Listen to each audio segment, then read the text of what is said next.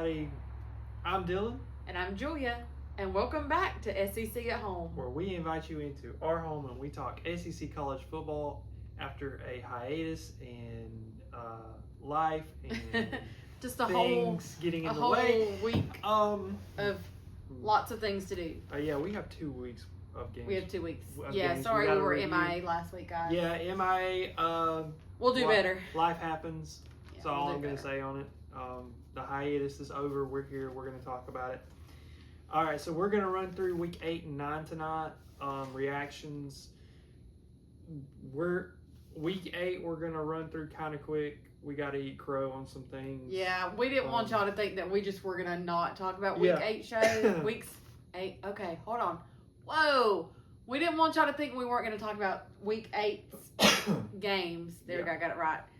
Just because we didn't have a show. That's what I was trying to say. And then obviously we have week 9, which was this past weekend. Lots of crazy things. And then we'll get into the breaking news that happened earlier this week regarding one team and their head coach. And we will discuss that. All right, but week 8 reactions. Week 8 is in the books, obviously, because we're already past week 9. Y'all are already way past us. Pardon us while we catch up. But yeah, so Texas A&M beat Arkansas 45-42. Arkansas played an inspired game. It's not out of the realm of the normality for them right now. They played an inspired game against Tennessee.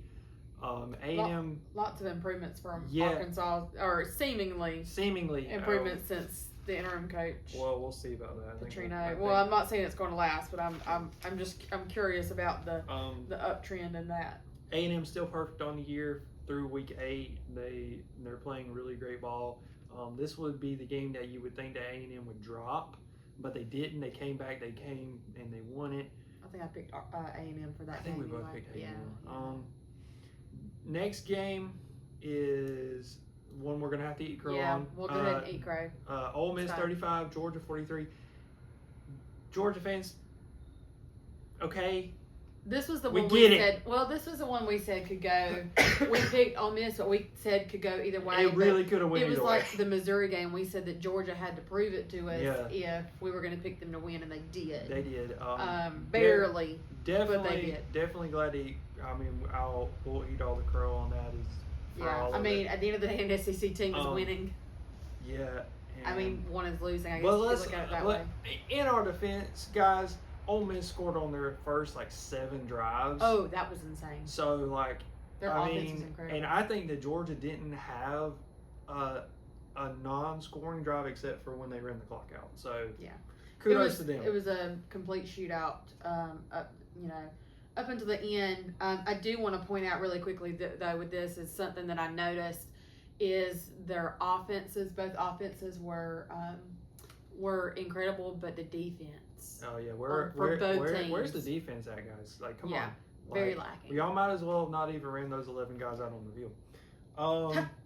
Next game out. This was the 3rd Saturday in October, so obviously that means Tennessee, Alabama. Tennessee 20, Alabama 37.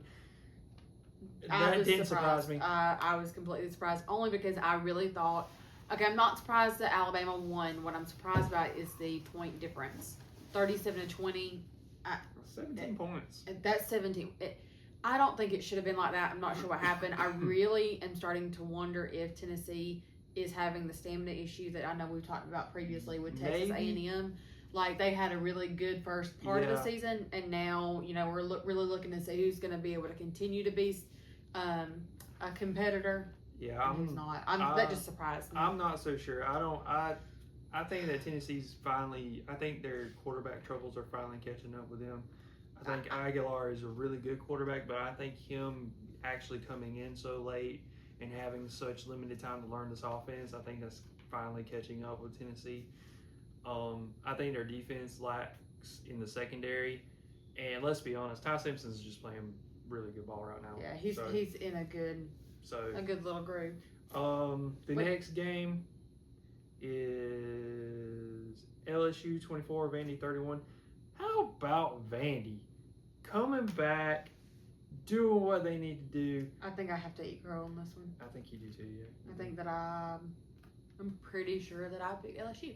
And because y'all know that I picked LSU to go to the SEC championship, and since these games, week 9 has happened, and I am going to have to say that I was wrong. Yeah, LSU's got a lot of issues going on. We'll talk about that later. Yeah, Vandy, I think Vandy's going to go far. I really do think they're going to go far. They've only got the one loss to Bama so far. Only the one. Yeah, their only losses to Alabama. That's right. Yeah, Because yep. There's a lot of one-loss teams in the SEC. But I don't know why I was in. But A&M's the only one that's undefeated. Yeah, A&M's in undefeated. the conference. Wow. They're undefeated at point break. They haven't lost to anybody. Yeah, I know. They're the only But team I'm in saying the SEC they're the like only. that. Yeah, that's what I'm saying. They're the only one in the conference still left like that. Yep, and then Alabama's obviously undefeated in the conference.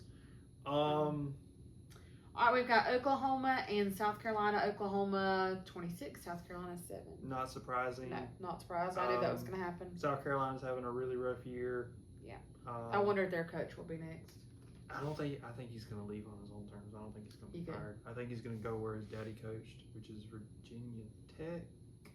Didn't Virginia Tech lose their coach? Yeah. Or Virginia. Okay. It's either Virginia or Virginia Tech. Let me know in the comments. It was Virginia Tech. His dad coached somewhere, and yeah.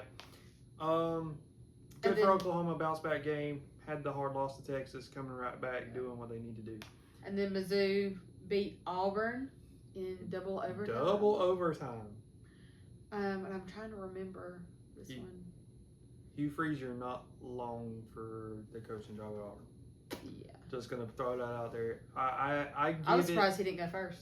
I give him his next loss. When he loses his next game, which is gonna happen, he'll be gone. Missouri rolling right now. Here, can I just interject something? Go ahead. About maybe now's not the right time to say it, but I'm gonna say it anyway. I know that you said, give them one more loss, and I get that's the state of the coaching world we're in. I personally have a problem with firing coaches mid-season. Oh, yeah. I think it's a big issue. So I don't even know. I might try and gather my thoughts and get back on that soapbox later. We can talk about it at the end. I don't think it should be long for Auburn. That I really am surprised. Yeah, no, it won't be long. At the rate of this going, we're gonna have a coaching carousel like we've never seen, and the SEC is gonna be the majority of it. And I think that I'm gonna shut up on that one. All right, you have Texas. 16. Is that right? Did they have a safety? I'm looking at their opponent. Is that right? In overtime? Texas 16, Kentucky 13? Huh? Oh. You're saying that, in overtime.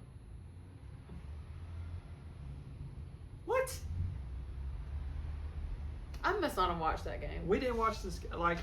I didn't think there was a reason to watch the game. You're playing Kentucky. No offense. No offense, Kentucky. You're a basketball school. Come on. Okay, this is a football show. Let's just be honest with ourselves. Yeah, Texas struggle win, man. Struggle win against Kentucky. But you know something? That's actually not that. After thinking about it, that's actually not very surprising. To be honest with you, every team I remember Georgia. It was 16-10 a few years ago when they had the championship team. Mm-hmm. So, or it was 6-10, something like that. And so, you're not really a SEC school until you go into Kentucky and you're like a 2 touchdown favorite, and you pull out a struggle win. So, kudos to Texas. You got that knocked out of the way pretty early. They should have won anyway. Yeah, they should have. All right, Mississippi State 21, Florida 23. My Cowbell fans. My Cowboy. They haven't won an SEC game in, 16? It's like 16 or 17. 16, games. I think that when it was 16. Maybe this week was. It was one of the. It's one of the two. Yeah. My what's going on with you guys? You play so good. Out of And then conference. the Maybe fourth, they don't belong in the well, SEC. No. Even in the conference, like they play so good. I'm sure they led in this. I don't have the notes on it because we just wrote these down, but I'm sure they led in this game at some point. Y'all play so good, and then in the fourth quarter, y'all just give up. I guess I don't know, guys. You got it. I'd like to know the stats, and I'll probably look it up. But I like to know the stats on them in one-loss games for the past couple of years. You mean one Possession, score, possession games, because good job, Florida. You got the W. You also unfortunately you lost your coach. Yeah, you also. Because that happened that week. Did we cover We that? didn't cover that. Oh, so we got two coaches we got to talk about. Yeah. Well, what we've been talking about all season. Oh yeah, happened. well it finally came to fruition. Yeah, I mean. Yeah. All right, that's week. Thus 8. ends the Billy Napier saga of when will he get fired? Yeah, we'll talk about Napier and the other at the end of the segment, or at the end of. Do we have to? Yeah, we gotta address it. I'm just kidding. All right, so now we're on the week 9. That was week 8. Reactions to that not vary because it was 2 weeks ago. All right, so this week. Yeah, since we missed our preview show. Yeah. We're not gonna keep score this week, and it's probably a good thing. I will go ahead and tell you who I would have picked without looking at the scores, just for fun and games. Let me see. So you got A&M. I'm not looking at the scores. I know just out of tuition who I would have picked. Texas, LSU. I would have picked LSU. Obviously, I would have went A&M. Why did I say Texas? Ooh. I would have picked LSU. Okay, Bama, South Carolina. Bama. I would have picked Bama. Ole Miss, Oklahoma. I actually Probably Ole Miss. Oklahoma was going to win. I think I would have picked Ole Miss on that. Which is funny because you once said that Oklahoma had the best offense. Yeah, but Materia is hurt. Yeah, all this kind of other stuff. For Mizzou, Vandy. I would have picked Vandy. It was at home. I think this one is the one I said I would have picked Mizzou. Yeah, I think I would have picked Vandy. I would have think them having shaping up to be great for me. Home field advantage with Pavia ticked off. Kind of wounded animal. I think Vandy would have had the upper end in that game. Tennessee, Kentucky. Tennessee, obviously. Yeah, I would have picked Tennessee. Texas, Mississippi State. I would have picked Texas, but I probably would have picked Mississippi State.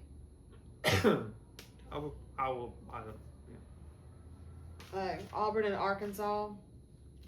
I think I was gonna pick Arkansas. I probably would have picked. I don't know who I would have picked in that. I probably would have picked Auburn just because I feel like they probably were due for a win. Yeah, I guess it's safe to say that the little hiatus worked out well in my favor because I would have lost a lot of points. All right, so now to actually talk about the games: Texas A&M 49, LSU 25. LSU played really, really good in this game all the way up to halftime. And then they just stopped playing football. I don't know what they did. I don't know what Brian Kelly said to him in the locker room. I don't know what the conversation was. I don't know what adjustments they talked about making with their coordinators or what. But they didn't do nothing in the second half, and A&M rolled. Yeah. That's the story of the game. And then shortly after, we see the repercussions of that. Yeah.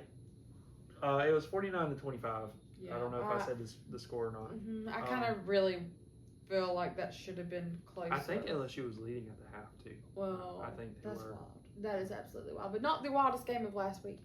No, that you have a bunch of options for that. This is one of them. You can make an argument for this next game. Bama. Is that 24? 29. 29. Oh, I knew. Oh, yeah, definitely lots of arguments about wildest game. Yeah, that was not the one I was talking about, but man, this one was wild too. We were watching this at a church function. We were watching this not during church. Not during church. Don't come at us. It was at a cookout. It was at a cookout. And we were watching it, and we just kept looking at it, and Bama just kept, kept rallying, and then all of a sudden we're looking at it, and we were able to actually watch the last touchdown play when Alabama got the lead. That was wild. I've said it before, and I'll say it again. This Alabama team is the Washington team DeBoer had his last year that went to a national championship. Because in one possession, you do not want to play Alabama or DeBoer for that matter, any of his teams, whatever. in a one possession game going into the fourth quarter. He will win. South Carolina though, like He how will- did they keep it that close? Is Be- their defense an issue, or I did don't South know. Carolina just really Like, want to destroy them? I think South Carolina just wanted this game. They got screwed out of this game last year. If you don't know, go back and watch the refs from last year in South Carolina, Alabama. They got screwed last year out of a win against Alabama. I think they showed up. It was at home. I think South Carolina played really, really good. They just didn't do enough to get that 2-score lead to get them over the hump against this DeBoer Alabama team that in one possession games they're probably going to win.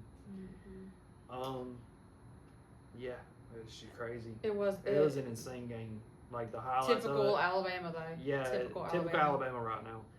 I mean, it's working for them, so. Yeah, I mean, keep going. But keep rolling. can we just pause for a moment and appreciate how far the rhetoric Oh yeah, is from like about the start, Alabama from the start start of the season to now? to now. Maybe we should, cut the clip of my Alabama rant Maybe we might. and say that didn't age well because it didn't age well. I mean, Okay, Ole Miss, Oklahoma. Ole Miss 34, Oklahoma 26. Yeah. Oklahoma's just not a phone right now, guys. Like, Mateer's hurt. Their defense got exposed. Their secondary got exposed. They couldn't withstand the success or Yeah. sustain success. I don't even know if it was that. I just think that maybe everybody, including myself, hyped them up a little too much in the early season. They're doing good though. They're doing great. They'll get a ball game. They'll get in a ball game. I mean, let's be honest. More than what I thought at the beginning of the season. Let's be honest. If you're a 2-loss team, if they win out, if you're a 2-loss team, you still have playoff implications in this conference. Just because of how deep it goes. Ole Miss with a 1-loss though has everything in front of them. Like, oh yeah. 100%. I mean, if they went out, they're definitely in the playoffs. If they went out, they're in the SEC title conversation. I disagree with that. You don't think a 1-loss Ole Miss team is going to get into the playoffs? And no, not playoffs. I'm not saying that. I really think Ole Miss should and deserves to make it the playoffs. But I didn't agree with the SEC title. You don't think that a 1-loss Ole Miss team isn't in the conversation? For the SEC championship? No, Yeah. because Georgia has the tiebreaker over Ole Miss. Okay, but what if Georgia loses? Then one could say, yeah. Because Georgia already has 1 loss in the conference. Who do they play next? Florida? Georgia? Mm-hmm. Georgia's got Florida, Mississippi State, and Texas.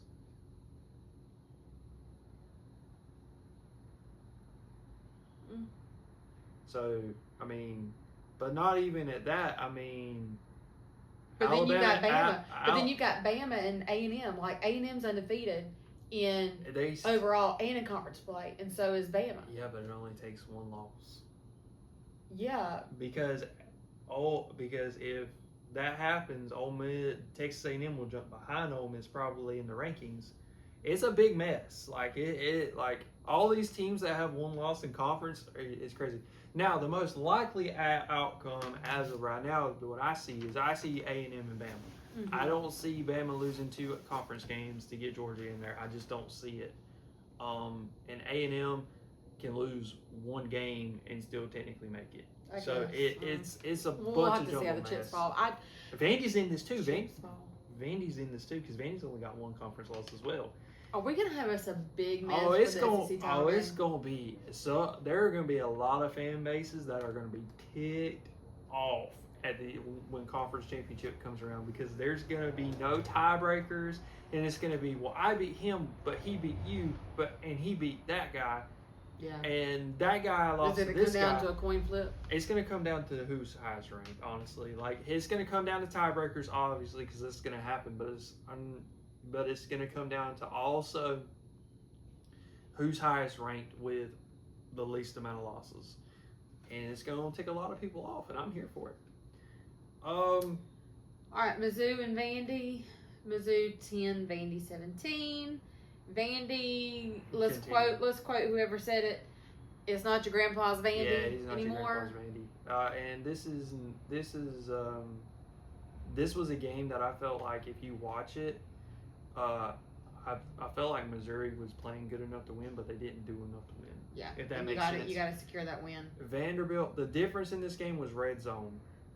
Vanderbilt was 2 for 3 for 10 points, and Missouri was like 1 for 3 with 7 points. So I mean, if you can't get it in the red zone, you're probably not getting points very easily. Great win for Vandy. They're in this conversation. They're in the playoff race. Yeah. And this isn't like the beginning of the season. We're like late. Yeah, they're 7-1. We're late in the year. So like Vandy's got everything in front of them. Tennessee 56, Kentucky 34. As it should be. Texas, take notes. Yeah. Still a lot of points given up, but Tennessee's defense isn't all that. Their secondary is kind of questionable. Kentucky obviously struggling this year. Tennessee's in this weird place with 2 losses in the back end of the playoff race. Here's where it's going to come down to, okay? And I posed this question earlier. I'll pose it again with a little bit of difference because I said 3 losses. I'm going to go 2 losses. As it stacks right now, Notre Dame is a 2-loss team that is number 12 in the country and in the playoff. Tennessee right now has 2 losses, and they're I think they're 15th. Based on resumes, who do you put in? You put Tennessee. Well, I'd personally put in Tennessee because I don't like Notre Dame. Well, I'm just saying. I think my face made it clear. Well, I'm just saying. Okay, well, pick any other 2-loss SEC team. Like, do you keep it? And my argument is, if you take a 2-loss SEC team and put it up against a 2-loss Notre Dame team, do you put Notre Dame in over that SEC team that played an SEC schedule? In my opinion, you can't. You just can't. Yeah, that's part of why I don't like Notre Dame. But I will be the first one to admit I'm an SEC homer. But even my logic dictates, as an unbiased person, trying to be unbiased, like you can't do that. You can't put in a 2-loss Notre Dame team up against a 2-loss SEC team that played an SEC conference schedule and put them in over. You just can't do it. But they probably will, so it is what it is. This next one was the game I was talking about as the wildest game of the week until I remembered Bama and South Carolina. Texas 45, Mississippi State 38 in overtime. And I will have you know, when I checked this score, while also at the cookout, I said Mississippi State is beating Texas. And it was like a 17-point lead. I think it was and I said, oh, wow, Texas lost to Mississippi State. Y'all, excuse me, I'm cold. It's freezing out here. Yeah. Anyway, and then what did I find out that score the next morning? Or was it later that night? It was later that night. Because I said, wait a minute. I thought Mississippi State beat Texas. And then come to find out it was a 1 in overtime. What? Wild. What? I wish I would have watched the game. What is going on, man? Like, my Longhorns. They choose when to show up and when they don't want to show up. I don't know. They also almost lost to Mississippi State. And nothing against Mississippi State because they had a great first half of the season, but they can't seem to win an SEC game. Them and Auburn feel exactly the same right now. Like, they feel like they just can't catch a break, which, I mean, Auburn obviously beat them in overtime, but this is the second straight overtime win for Texas, and I believe it's the second straight overtime loss for Mississippi State. Yeah. Wow. Oh, no, hold on. Oh, no, I'm wrong. I got Mississippi State mixed up. But this is the second overtime win for Texas, and I don't know how to feel about it. I don't know if it's like good for them. They never quit. They never give up. They're that team that you just can't get rid of. But look at their competition. Like, if it was with better competition, then yeah, I obviously I'd root for them. But I mean, Kentucky, Mississippi State. Okay. Yeah, right. that was wild. Yeah. All right, and the last game, Auburn 33, Arkansas 24. Auburn, you gotta win. Woo! And it wasn't release in confetti. It wasn't everywhere. in overtime, and it wasn't like. It was actually by what is that? 9 points. Look at you Wow. guys. Hugh Freeze is going to be fired. Yeah, probably. I think he would have been fired this game if they would have lost, or if How the game, live would that have been? or if the game was closer. I think that maybe there was some communication between LSU and Auburn, and maybe they're just going to skip weeks. Like we'll fire one coach, but we'll fire the next coach. Yeah, you guys week. fire your coach But next week. How wild would it have been if they both got fired on the same night? Oh, it'd have been insane.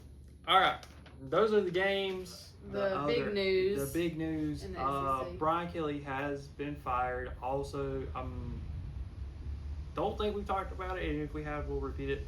Billy Napier has been fired. Yep, that saga Florida. is over. The We've talked Florida about one, him in every episode, I think. yeah, the Florida one, not surprising. That one we We've kind of waited on it. we picked it. We picked that for a long time. The LSU one kind of more recent. And I expected Kinda Auburn's surprising. coach Hugh Freeze Yeah, to go Hugh before Freeze. Brian Kelly.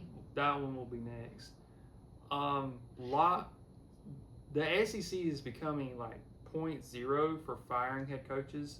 And I have a problem with it. Yeah, I'm going to give this analogy because I feel like it needs to be said. As far as coaches go, earlier I said that I don't agree with them firing coaches mid-season. And one of the reasons, just off the top of my head, like there's so many other reasons that I could come up with, but the one that just kind of pops out to me right now is, so growing up, and I know every parent raises their kid different, every generation raises their kids differently, but personally, what I was taught growing up is if you start something, you finish it. And I'm not saying that okay, for example, if I didn't want to play soccer and I started the season, but after week 1 I was just miserable, then I would have to play the whole season. It's just how I was raised. I think you're setting a precedent in the coaching world of, you're not that you're not guaranteed to finish out the season. I don't know. I just think that you're not showing perseverance. Is that kind of what yeah. like? You're not giving your coaches time. Like I get they've given them 3 years, but Yeah. at least let them finish out the season. Anyway. Yeah. And I get you have bad weeks, but it doesn't really make sense logistically either, because if you do wait to the end of the season, it does lower the buyout. I think that this is just a domino effect. Yeah. Because Just you wait had till the end of the Arkansas fire their head coach. You had Penn State. Here's the other issue. If you fire your head coach mid-season, okay, you've already lost the season at that point anyway. Yeah, I mean, What is the difference in waiting unless they're looking 5 games? Unless they're looking for an excuse, of why their season tanked. But Your season tanked because your team ain't good. But honestly, I really think that and I feel like they're happening quicker and quicker because all of these programs are trying to get into the job hunt, and we've seen a progressive influx of program where you put them on a tier list of importance. So like Virginia Tech, Penn State, Florida, or Arkansas, Florida, and now LSU.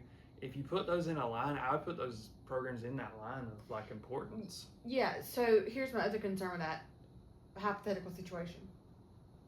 Well, it wouldn't happen because none of these teams are in playoff contention. But let's say Brian Kelly just got fired. Mm-hmm.